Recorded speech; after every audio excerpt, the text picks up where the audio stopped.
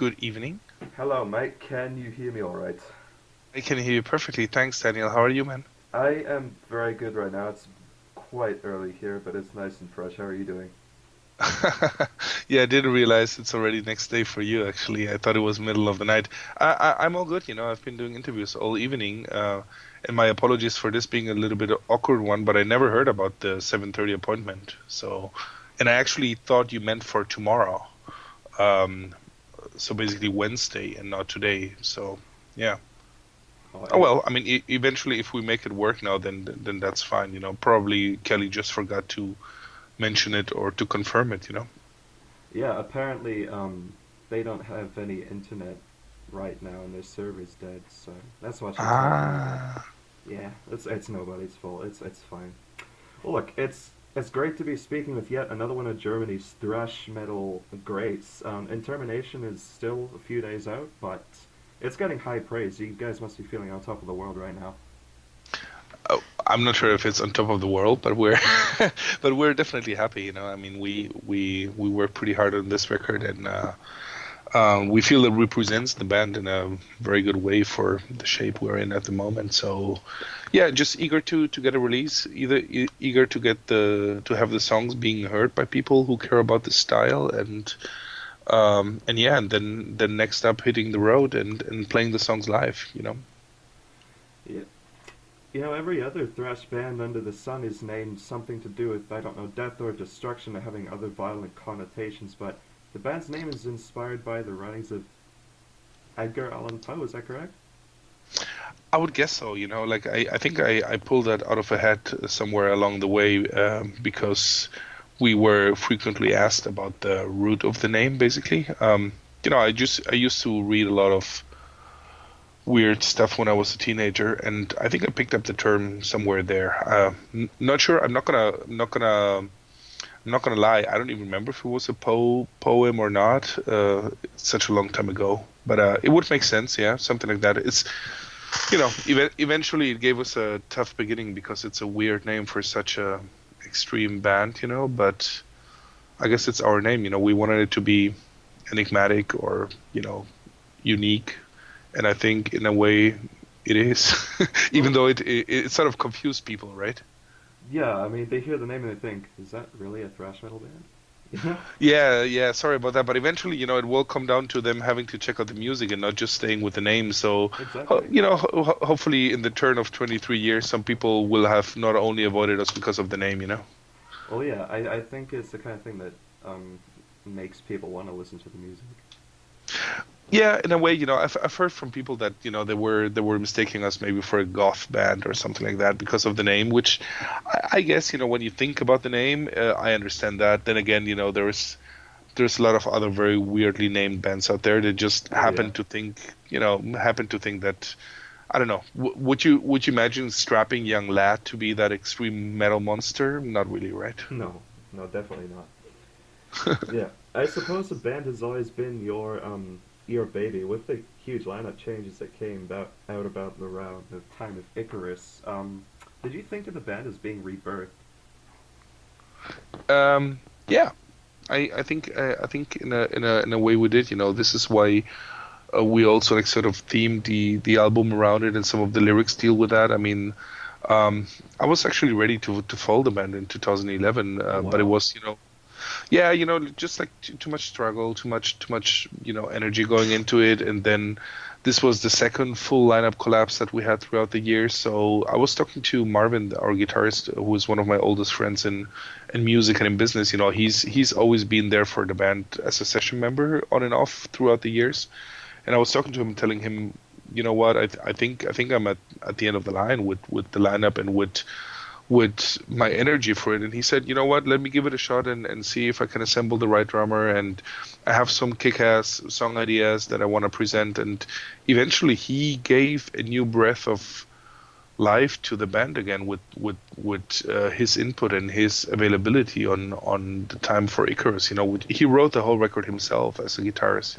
Okay. Um, so yeah, in a way, it was like a feeling of being reborn, and this is basically a new chapter for the band, and everybody's really happy and excited about it. I see. Well, present on the new album is yet a new guitarist, Rory Hansen. Before you've had a, well, like you said, the last album was written entirely by Marvin, but what was the case with Intermination? It is a different story. Exactly. I think you're putting it in the right direction here. The situation changed after the recordings of Icarus in a positive way for us because eventually that lineup that we had assembled for the recordings, started playing live. We actually got Rory involved with the band right after the recordings of Icarus, around the time that we were in the studio. But it simply seemed like too short time for him to learn all the material and to track with us. So basically, he joined around the same time as everybody else joined in the summer of 2012, and having us on the road, rehearsing together, like going through different situations with the band made everybody grow together. All of a sudden it was a team effort again, and I think that this contributed to Intermination being actually a very organic full band effort. I mean, everybody like brought stuff to the table. Rory, being the second guitarist, like the newer member of the band, he wrote 3 songs on his own, including the opening track on a collision course. Marvin wrote, a majority of the song, but also Joost, the bass player, wrote 3 of the songs. So, everybody was more involved and more personal about it, which I think helps the variety and hopefully also the intensity of the material. All right. Speaking about the album, it's a fucking monster. The band consistently makes very long albums with only a year or two between each one. Do you guys basically always have ideas swimming around in your head? It would seem so, right? Hmm. Uh, yeah, I don't know, to be honest. I never really technically thought about it. I think from what I gather, Marvin uh, is a pretty well inspired guy, and he has stuff left and right that he collects, and then whenever we get into the real writing mode, we throw the ideas between each other, we pass the ideas around, and then get into the rehearsal room to try them out and see how the vibe is. We're a pretty meat and potatoes type of band when it comes to songwriting. We're traditional. We get together, try out the riffs, see if they're playable, if they have a good groove to each other, and if eventually they become a good song, and if not, then we just ditch the ideas and then start afresh. But yeah, generally I would like to say that the atmosphere is good between the members, and that always helps for the songwriting to be easy and painless. And I think that this album was probably written within like a stretch of a year, something like that. So in a way, we're not a band that gets together and writes for 2 months and then records. We sort of collect the ideas and then finalize them in time for being ready for the studio. We don't feel like we have an agenda with a strict deadline timeline to fulfill. We just basically record whenever we feel the material is good enough. So you're not at all, say, constricted by your record label's contract. I mean, I know a lot of bands that are, and they feel that they have to put out an album, so they do, and it's sort of subpar content. Yeah, I mean, it's common sense to release albums, as efficiently as possible, just because it's fast living times and people tend to forget about bands if you don't release albums every couple of years. Then again, if the album wasn't good enough, we probably would rather at this stage of the band not release it quickly. I mean, who would have thought that 23 years in, we're still doing this and are still motivated, and this is our 10th record. Yeah. That's pretty crazy. Like, it blows my mind when I think about it. Mm. So no, it just came out of um, uh, personal urge to move forwards and the will to share the material. The labels recommend you to work in certain ways, but to be honest, we are our own boss in that sense. We have licensing deals with different partners in different places of the world. So Prosthetic works with us for North America and helps us in Australia as well. We have Metal Blade in Europe as our partner. And basically, whenever we feel that we're coming closer to a record, we let them know, and they're kind enough to release it and market the album for us. But they don't actually send us in the studio and tell us we have to do certain things. I mean, that wouldn't work well because it would affect the quality of the material, and that's an essential key of why we enjoy doing this. Well, that's good to hear. I mean, Scars of Creation is probably my favorite track musically, and I just love the title. It sounds as if you're wanting to get something across to us, some kind of message. What are you trying to say with that song? Um, yeah, probably. I mean, I guess most of the lyrics have a certain a nice choice, by the way. I like that's one of my favorites as well. Oh, Um, I guess most of the songs have a certain personal storyline and like a pattern lyrically. I think Scars of Creation, without going too deep into the meaning, because I sort of like to write in a way that it confuses people and lets them come up with an own interpretation. But right. I think it has to do with the self doubts of towards belief and religion in general. Like I seem to think that a lot of people are so bothered with questioning why they're here, what their purpose is in life, that they're sort of missing their time. And in a way that song deals with the pains of that uncertainty. Okay, that's quite interesting. I actually had a completely different interpretation to that, but There we go. I want to hear yours. I want to hear yours. all right. I thought you were being a misanthropist and saying that humanity was ruined by birth. Well, I guess the one doesn't have to exclude the other, right?